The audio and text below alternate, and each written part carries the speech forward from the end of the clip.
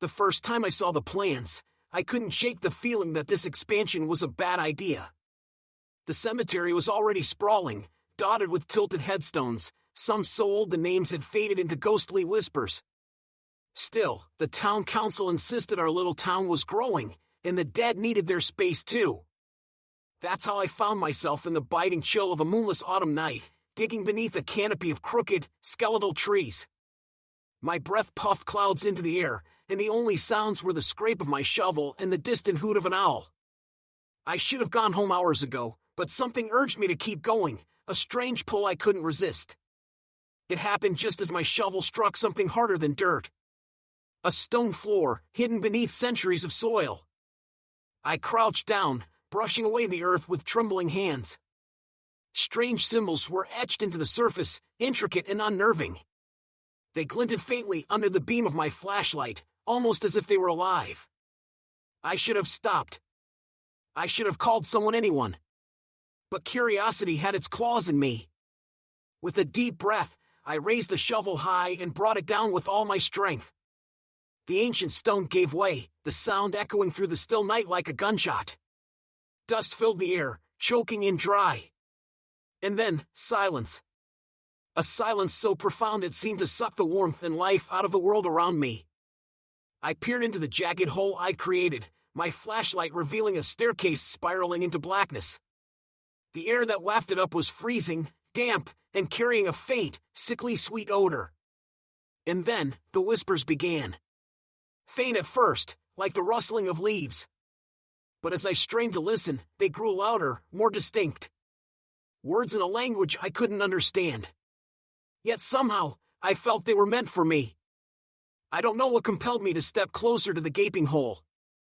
The whispers, soft, insidious, seemed to beckon me, their unintelligible murmur threading into my mind like vines. The cold air rising from the opening chilled my skin and seemed to seep into my bones, but I couldn't turn away. It was as though the chamber had been waiting for me. My flashlight trembled as I aimed it into the abyss. The spiral staircase was old, carved from the same stone as the broken seal, and coated in centuries of dust and cobwebs. Each step seemed to disappear into an impossible black void, as if the light was afraid to linger there. Something shifted in the darkness below. A faint sound like the soft drag of something dry and brittle moving against stone. The whispers grew louder, more distinct, but they didn't echo. They sounded as though they were coming from inside my head. I should have left. I knew that. Every nerve in my body screamed at me to climb out of the pit, to run, to never come back. But my legs betrayed me, taking one hesitant step, then another. Each footfall stirred up tiny clouds of ancient dust that seemed to shimmer unnaturally in the beam of my flashlight. Just a quick look, I whispered to myself, though my voice sounded foreign in the oppressive quiet. I wasn't sure who I was trying to convince. As I descended deeper, the air grew colder, sharper. The smell intensified, a cloying mixture of rot and something metallic, like blood. My flashlight began to flicker, its glow faltering, and I cursed under my breath. Halfway down the staircase, the whispers suddenly stopped. A heavy, deafening silence filled the air, so thick it felt like I was drowning in it. And then snap, the light went out. Panic surged through me. I stood frozen, clutching the now useless flashlight, my breaths coming in shallow gasps. In the pitch black, I couldn't see my hands in front of my face. But I could hear it. Movement. Something down below, shifting, stirring, waking. And then came the sound that would haunt me forever, a low, dry scraping, like brittle bones being dragged across the stone floor. It wasn't alone. There were many. Too many. I fumbled with the flashlight, slapping it, begging it to work. A spark. A brief flicker of light illuminated the staircase ahead, and that's when I saw them. Skeletal remains, sprawled across the chamber floor below. They were arranged in grotesque piles, limbs entwined, their skulls tilted upward as if they had all been staring at the ceiling in their final moments. Symbols similar to the ones on the stone seal were carved into their bones, glowing faintly with a sickly green hue. And they were moving. The light died again, plunging me back into darkness. But the sound didn't stop. The scraping grew louder, closer, echoing off the walls. Something cold brushed against my leg, and I stumbled backward, nearly tumbling down the stairs. I wasn't alone. Something was coming for me. I scrambled back up the stairs, each step feeling steeper, slicker, as though the stone itself was working against me. The scraping sounds below grew faster, more erratic, echoing in a frenzy of movement. It was impossible to tell how many of them there were, but it sounded like an army of bones, dragging themselves closer, hungry for something. For me. The flashlight sparked to life in my trembling hands, its dim beam flickering like a dying candle. I turned it back toward the chamber below and instantly regretted it. They were crawling. Scores of skeletal figures, dragging themselves across the ground in a grotesque, jerking motion, as though the effort of moving was a new and agonizing experience. Their skulls gleamed dully in the light, their eye sockets empty but somehow filled with an unspeakable malice. The symbols carved into their bones pulsed faintly, as though reacting to my presence. Then one of them stood up. Its movements were impossibly fluid, like smoke taking the shape of a man. The bones clicked unnaturally, bending in ways they shouldn't, and its head tilted sharply to one side as if studying me. In the silence, I heard it know, felt it. A voice. Not spoken, but whispered directly into my mind. You have broken the seal. Freed us. You will not leave. A cold wave of dread washed over me. I turned and bolted up the staircase, taking the steps 2 at a time. My boots skidded against the worn stone, and I nearly lost my footing. Behind me, the scraping grew deafening, the clatter of bones chasing me like a swarm of locusts. I reached the edge of the opening, my hands clawing at the loose soil. The cold air from below seemed to grip at my ankles, pulling me back, as though the chamber itself was alive and unwilling to let me go. With a desperate yell, I threw myself onto the surface and rolled onto my back. My flashlight illuminated the hole. The staircase was empty, but the darkness seemed alive, swirling like a living shadow. For a moment, I thought I had imagined it all until I saw the hand. A skeletal hand, clawing its way out of the hole. And then another. And another. They were climbing. I scrambled to my feet and grabbed my shovel. My instinct screamed to run, but some primal, stubborn part of me refused to let them escape. With a roar, I swung the shovel down onto the first hand, shattering the brittle bones. The pieces clattered back into the darkness, but more hands took their place, rising from the abyss like weeds from soil. My breath came in ragged gasps as I swung again and again, smashing each hand that emerged. But for every one I broke, 2 more appeared, faster, more determined. The whispers returned, louder now, weaving together into a chorus of malevolent voices. You cannot stop us. You belong to us now. And then, the ground beneath my feet began to tremble. A deep, guttural sound rose from the hole, a groaning, inhuman noise that vibrated in my chest and filled the air with an unbearable pressure. The whispers fell silent, replaced by a single, deafening roar. The earth beneath me gave way, crumbling into the chamber below. I barely had time to scream before I was falling, dragged back into the darkness. The fall seemed endless. The rush of air around me was deafening, but worse was the oppressive cold that gnawed at my skin and filled my lungs, as if the darkness itself was alive and consuming me. I hit the ground with a bone-jarring thud, pain ripping through my body. The flashlight slipped from my grasp, its flickering beam casting erratic shadows across the chamber. I was back where it all began. The skeletal remains lay scattered around me, but they weren't still anymore. They writhed, twisting and shifting into impossible configurations, their movements like broken marionettes. The symbols on their bones glowed brighter now, their sickly green light reflecting off the damp stone walls. It was no longer just whispers in my head, it was a cacophony, voices screaming, laughing, crying, demanding. You should not have come.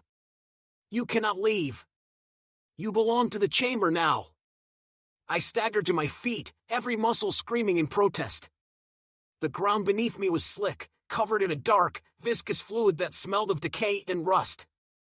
My flashlight revealed the center of the chamber, a massive, circular seal, cracked and crumbling. The intricate symbols carved into it pulsed like a beating heart. And then I saw it. Emerging from the shadows was a figure unlike the others. It stood taller, its skeletal frame draped in rotting, tattered cloth that shifted as if moved by an unseen wind. Its skull bore horns long, curved, and jagged, and in the hollow depths of its eye sockets burned twin orbs of unnatural light. It raised a bony hand, and the air around me grew heavier, suffocating. When it spoke, its voice was a thunderous blend of all the whispers, booming inside my skull. The seal was our prison. You have set us free. I opened my mouth to respond, but no words came out. My heart pounded in my chest as the skeletal masses around me began to rise, their movements synchronized, their empty gazes locked onto me. The green light emanating from their bones intensified, bathing the chamber in an eerie, pulsating glow. The figure took a step forward, the ground trembling beneath its weightless stride. Your blood was the key. Your soul will be the offering. It pointed at me, and the skeletal army began to converge. My legs moved before my brain could process. I ran, slipping and sliding across the slick stone floor, dodging grasping hands and jagged bones. I scooped up my flashlight, its feeble light barely cutting through the oppressive darkness. I saw a tunnel at the edge of the chamber, a jagged opening carved into the rock. Without thinking, I sprinted toward it, the sounds of rattling bones and echoing laughter chasing me.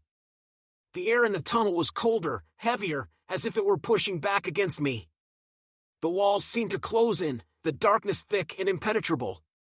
The voices followed, growing louder, angrier. You cannot escape. You are ours.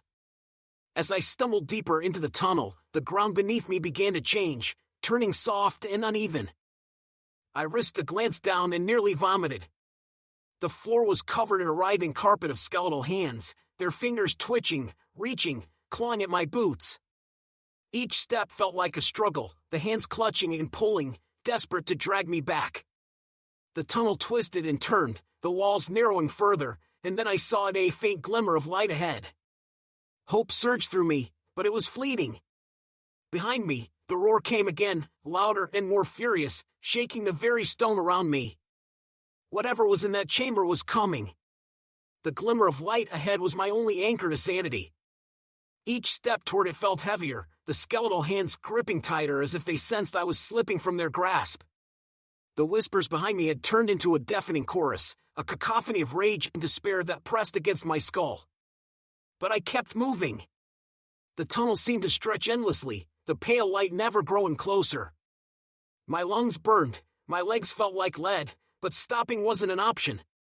Behind me, the roar came again, closer this time. I didn't dare look back. Finally, the tunnel opened into another chamber. The light was blinding after the suffocating darkness, a soft, silvery glow spilling from an object at the center of the room. It was a pedestal, ancient and cracked, with a strange orb floating above it. The orb pulsed with a hypnotic brilliance, its surface shifting like liquid silver. The voices in my head suddenly fell silent. The change was so abrupt it left a ringing in my ears. For the first time since this nightmare began, I could hear my own breath, ragged and shallow.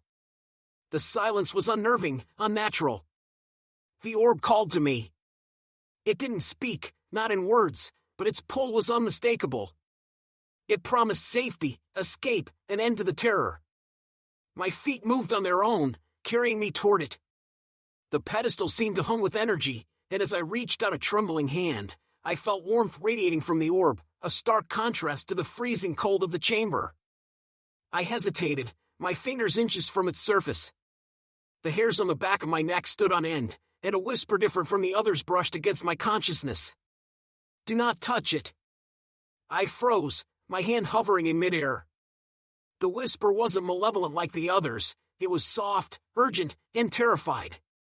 It felt human. My heart raced as I scanned the room, but there was no one else there. The orb pulsed again, brighter, drawing my attention back.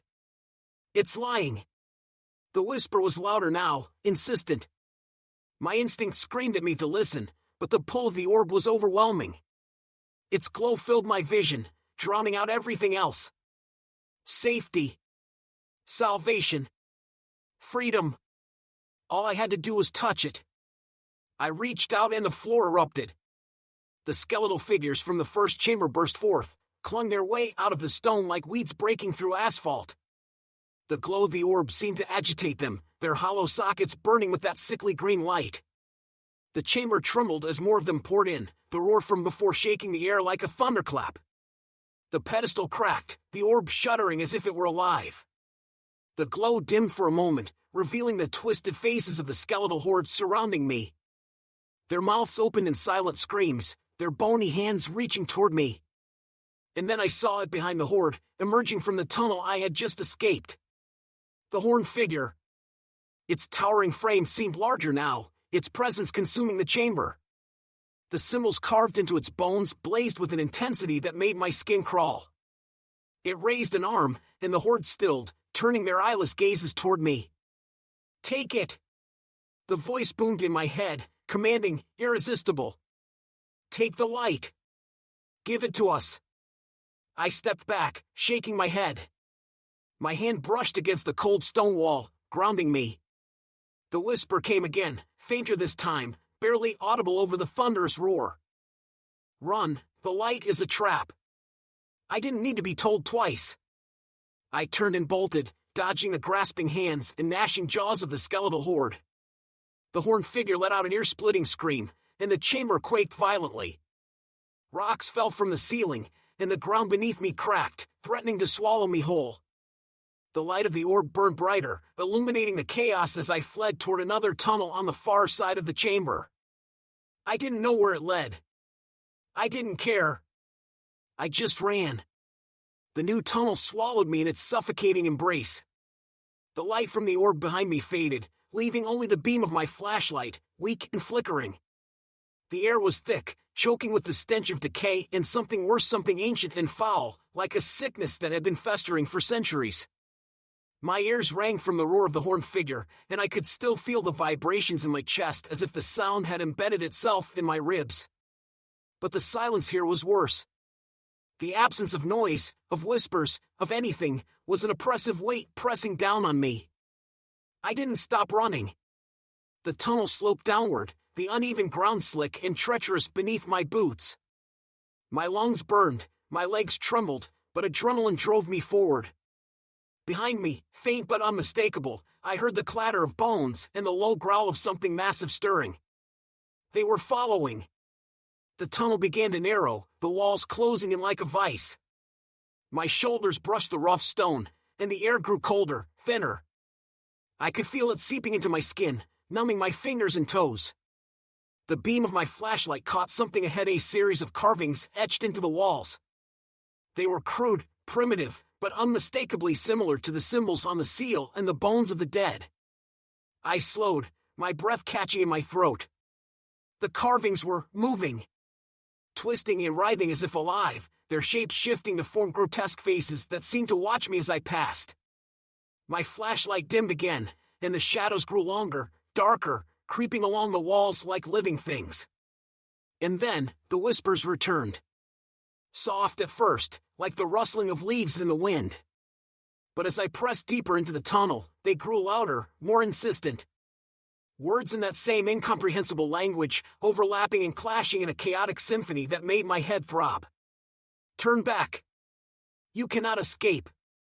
You belong to the shadows now. I clamped my hands over my ears, but it was useless. The whispers weren't coming from outside, they were inside my head, echoing off the walls of my mind. My vision blurred, and the ground beneath me seemed to ripple like water.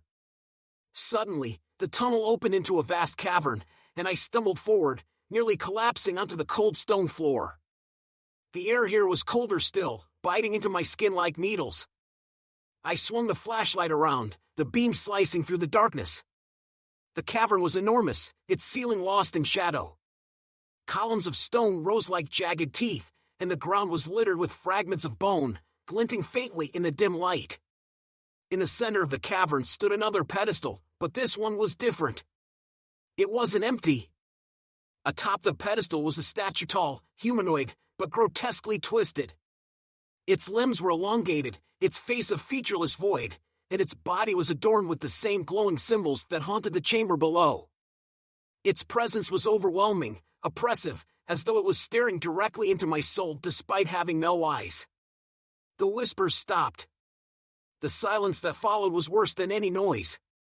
It was heavy, suffocating, and filled with a tension that made the hairs on the back of my neck stand on end. I took a cautious step forward, my boots crunching against the brittle remains scattered across the floor. And then the statue moved. Its head tilted sharply, an unnatural motion that sent a jolt of terror through me. The symbols on its body flared brighter, and a deep, guttural voice filled the cavern, resonating in the very marrow of my bones. "You should not be here." Behind me, the clatter of bones grew louder. The skeletal horde had found me, their hollow eyes glowing as they poured into the cavern. The horned figure loomed in the distance, its towering form filling the tunnel I had just escaped. I was trapped. The statue raised an arm, and the cavern trembled. The ground beneath me cracked, glowing fissures spreading like veins. The light from the symbols blinded me, and the whispers returned, deafening and incoherent. And then, the floor gave way. I fell into the void. The fall was endless, a plunge into darkness so complete it felt like the universe itself had swallowed me whole. The air roared in my ears, cold and sharp as knives. My flashlight was gone, snatched from my grip in the chaos, leaving me alone in the void. And then, just as suddenly as it began, the fall ended. I hit the ground with a bone-rattling impact, the wind driven from my lungs. Pain exploded through my body, but it was muffled, dulled by the unnatural cold that seeped into my flesh. I lay there for a moment, too dazed to move, listening to the deafening silence around me. When I finally opened my eyes, I wished I hadn't. The floor was not stone, but something else, something alive. It was black and slick, its surface rippling and shifting beneath me like water frozen mid-motion. It pulsed faintly, each throb sending a sickly green light coursing through its veins, illuminating the cavern I had fallen into. In the cavern, it wasn't empty. They were everywhere. Figures cloaked in shadow, their forms barely discernible in the dim, shifting light. They stood in a circle, their heads tilted unnaturally, their eyes glowing with the same eerie green light as the symbols that had haunted me. They didn't move, didn't speak, but their presence was suffocating. The air was thick with an overwhelming sense of wrongness, as though I had stumbled into a place that should not exist. At the center of the circle was an altar, carved from the same pulsating black material as the floor. On it lay a human figure. Or at least, it had been human once. The body was shriveled and skeletal, its flesh stretched tight over its bones. Its chest had been carved open, the ribcage split like the petals of a grotesque flower, revealing a black, writhing mass where its heart should have been. The mass pulsed in time with the floor, its surface shimmering like oil in the dim light. I couldn't look away. Something about the figure drew me in, its presence pulling at me like a riptide. The whispers returned, louder than ever, a cacophony of voices screaming, laughing, crying, all blending into a single, incomprehensible roar. And then the figure on the altar opened its eyes. They were green, burning with an unnatural light that cut through the darkness like blades. Its mouth moved, the words silent but still somehow deafening in my mind. "You have come. The seal is broken. The offering must be made." I stumbled backward, my boots slipping on the slick, living floor. The shadowy figures around the altar turned their heads in unison, their glowing eyes locking onto me. The pressure in the air intensified, crushing down on me from all sides. Behind me, the sound of rattling bones echoed through the cavern. I turned to see the skeletal horde spilling into the abyss, their movements frantic and jerking. At their head was the horned figure, its burning gaze fixed on me. I was surrounded. The figure on the altar began to rise, its movements slow and deliberate, as though it were savoring the moment. The black mass in its chest writhed violently, tendrils of shadow stretching outward, reaching for me. My instinct screamed at me to run, but there was nowhere to go. The walls of the cavern loomed high and sheer, and the circle of shadowy figures was closing in. The whispers grew louder, more insistent, drowning out my thoughts. And then I felt a searing pain in my chest, as though something was clawing its way out of me. I doubled over, gasping, as the glowing tendrils reached me. They wrapped around my limbs, burning cold, and began to pull me toward the altar. The offering must be made. The tendrils tightened around my arms and legs, dragging me toward the altar with an unnatural force. I clawed at the pulsating floor, but my fingers found no purchase. The surface was as slick and unyielding as polished glass. The whispers roared louder, their cacophony vibrating in my skull, drowning out every thought except one: I will not die here. The figure on the altar leaned forward, its glowing eyes piercing into mine. Its mouth moved, though no sound escaped. Yet I heard it clearly, resonating in my mind like the toll of a great, infernal bell. You broke the seal. You are the vessel. The cycle must continue. I struggled harder, my heart pounding so violently I feared it might burst. The tendrils around my chest grew tighter, crushing the air from my lungs. The shadowy figures encircling the altar began to chant, their voices deep and guttural, vibrating with a power that made my skin crawl. The skeletal horde clattered closer, their movements frantic, as if they too were desperate to witness what was about to unfold. And then, a sharp crack split the air.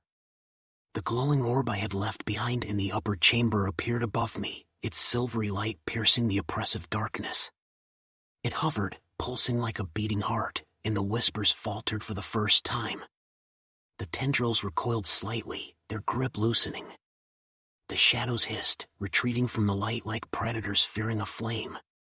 The figure on the altar snarled, its skeletal features twisting in fury. It raised a bony hand toward the orb, its fingers clawing at the air, and the tendrils resumed their pull. But something was different now. The orb pulsed again, brighter, and a crackling sound filled the cavern. The black floor beneath me quaked, the tendrils writhing as if in pain. I seized my chance. With a desperate cry, I yanked my arm free from the shadowy grip and grabbed a shard of bone from the ground. It was jagged and sharp, its surface etched with faint glowing symbols. Without thinking, I drove the shard into one of the tendrils holding my leg. The reaction was immediate. The tendril recoiled, shrieking, its black mass disintegrating into wisps of smoke. Encouraged, I slashed at the others, each strike accompanied by an unearthly scream. The whispers turned to wails, panicked and furious. No! The cycle cannot be broken. The figure on the altar lunged toward me, its skeletal hand outstretched, but the orb pulsed again, its light now blinding. The chanting stopped abruptly, replaced by an ear-splitting roar. The cavern trembled, cracks spreading across the black floor like lightning. The shadowy figures dissolved into ash, their glowing eyes extinguished one by one. The skeletal horde froze, their movements halting mid-step, as though caught in some unseen force. The horned figure stood motionless at the edge of the cavern, its burning eyes locked onto me. For a moment, the silence was deafening. And then the floor gave way entirely. I tumbled into the void once more, the orb's light guiding my fall. Around me, the remains of the cavern shattered and dissolved, the shadows consumed by the brilliance of the orb. I fell faster, the air roaring in my ears, until the light engulfed me completely. When I opened my eyes, I was lying on the cold, hard ground of the cemetery. The first light of dawn crept over the horizon, casting long shadows across the headstones. My hands were bloodied, my clothes torn, but I was alive. The whispers were gone. The air was still. The hole I had unearthed was sealed once more, the ground above it unmarred, as though it had never been disturbed.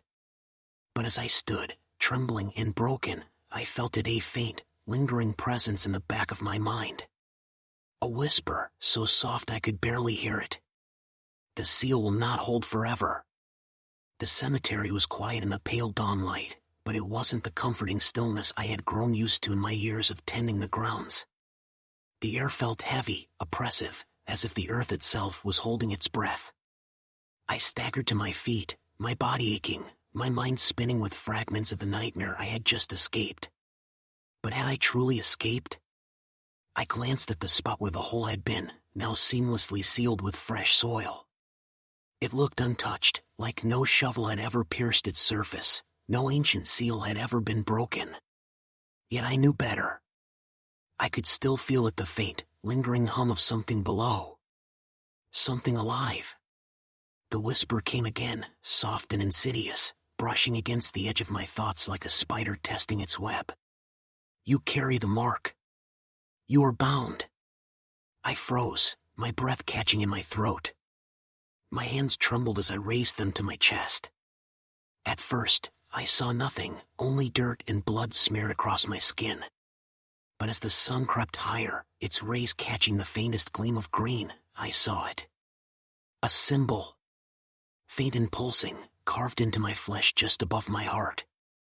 It was one of the symbols from the seal, from the altar, from the bones of the restless dead. It glowed faintly, its light waxing and waning with the rhythm of my heartbeat. I clawed at it, desperate to remove it, but my fingers passed through the light as though it wasn't there. The symbol burned cold, sending a shiver through my body. My breath came in ragged gasps as panic set in. What did you do to me? I whispered into the empty air. The whisper responded, louder now, more distinct. It was no longer a chorus of voices but a single, commanding presence. You are the vessel. The gatekeeper. The seal is within you now. My knees buckled, and I sank to the ground, the weight of the revelation crushing me. I had freed them. I had broken the seal. And now I carried the burden of keeping them bound. My blood had become the key, my soul the lock. I looked around the cemetery, the headstones stretching out in every direction, their shadows growing long in the morning light. This place had always been a sanctuary, a quiet refuge for the dead. But now it felt hostile, alien, as though the very ground was watching me, waiting for me to fail. The whispers returned, soft and distant, but this time they weren't in my mind. They came from the shadows, from the earth itself. I turned slowly, my eyes scanning the cemetery. Movement caught my attention. A figure, standing among the headstones. At first, I thought it was a mourner, but as I approached, my blood ran cold. The figure was skeletal, its hollow eyes glowing faintly with that familiar green light. It stood motionless, its bony fingers twitching at its sides. When I stopped a few paces away, its head tilted sharply, fixing me with its eyeless gaze. And then it spoke. The seal will weaken. The seal will break. We will rise again. I stumbled back, nearly tripping over a fallen branch. The figure didn't follow, didn't move. It simply stood there, watching, as though it was waiting for something. More whispers joined it, rising from the ground like steam. The earth trembled beneath my feet, and I knew I hadn't stopped them. I had only delayed the inevitable. The whispers grew louder, swelling into a storm of voices that filled the cemetery. The skeletal figure remained motionless, its glowing eyes fixed on me. But now, other shapes were emerging from the shadows, more of them, their skeletal forms shrouded in an eerie green glow. They weren't attacking. They were waiting. I gripped the shovel in my trembling hands, the only weapon I had left, though I knew it was useless. My body ached, my mind screamed at me to flee, but I couldn't move. The weight of the symbol on my chest, of their unyielding gazes, held me rooted to the spot. The seal weakens. The voice wasn't just in my head now, it echoed through the cemetery, carried on the unnatural wind that had begun to stir the trees. The skeletal figures moved closer, their bones clicking with each step, their whispers melding into a single, malevolent chant. I stepped back, my heel catching on the edge of a broken headstone. I fell hard, the shovel slipping from my grasp. As I hit the ground, the whispering stopped. Silence. The skeletal horde parted, and the horned figure emerged. It was larger now, its presence filling the space like a dark storm cloud. Its burning eyes seared into me, and for a moment, the world seemed to tilt, the cemetery dissolving into a swirling void. You are the seal, it boomed, its voice like thunder cracking across a stormy sky. Your blood binds us, Your soul contains us. But you are weak. You will fail. I shook my head, forcing myself to my feet. No, I spat, though my voice trembled. I won't let you escape. The horned figure laughed, a deep, guttural sound that sent shivers down my spine. You cannot stop what has already begun. The seal is a prison, but it is also a doorway. And the door will open. The glowing symbol on my chest flared, sending a jolt of pain through my body. I dropped to my knees, clutching at the mark as it burned brighter, hotter. The ground beneath me cracked, and a deep, guttural rumble echoed from the earth. The cemetery was falling apart. The skeletal figures began to chant again, their voices rising into a deafening crescendo. The ground split open, jagged fissures tearing through the soil, and from the depths came a blinding green light. The horned figure stepped back, its arms raised as if in triumph. But then, the whispers changed. They weren't chanting anymore. They were screaming. The green light dimmed, flickering, as though something was fighting against it. The cracks in the ground began to close, the fissures sealing themselves with a groan of protesting earth. The skeletal figures faltered, their movements jerking and erratic. And then I understood. The symbol on my chest wasn't just a mark. It was a weapon. I forced myself to my feet, the burning pain coursing through me like fire. My vision blurred, but I focused on the horned figure, its towering form trembling as the light around it flickered and dimmed. I am the seal, I said, my voice steady now. And you are bound. The symbol flared again, brighter this time, its light spreading across the cemetery like a tidal wave. The skeletal figures disintegrated where they stood, their bones crumbling into dust. The horned figure roared, its form writhing and twisting as the light consumed it. You cannot hold us forever, it screamed, its voice filled with rage and despair. We will return. And then, it was gone. The cemetery fell silent. The ground was whole again, the headstones undisturbed, as though nothing had ever happened. I stood there, alone, the glowing symbol on my chest fading into a faint scar. But I knew it wasn't over. The whispers were still there, faint and distant, a reminder of the darkness that lingered just below the surface. I was the seal now, the gatekeeper. It wasn't a victory, it was a sentence. And one day, I knew, the door would open again.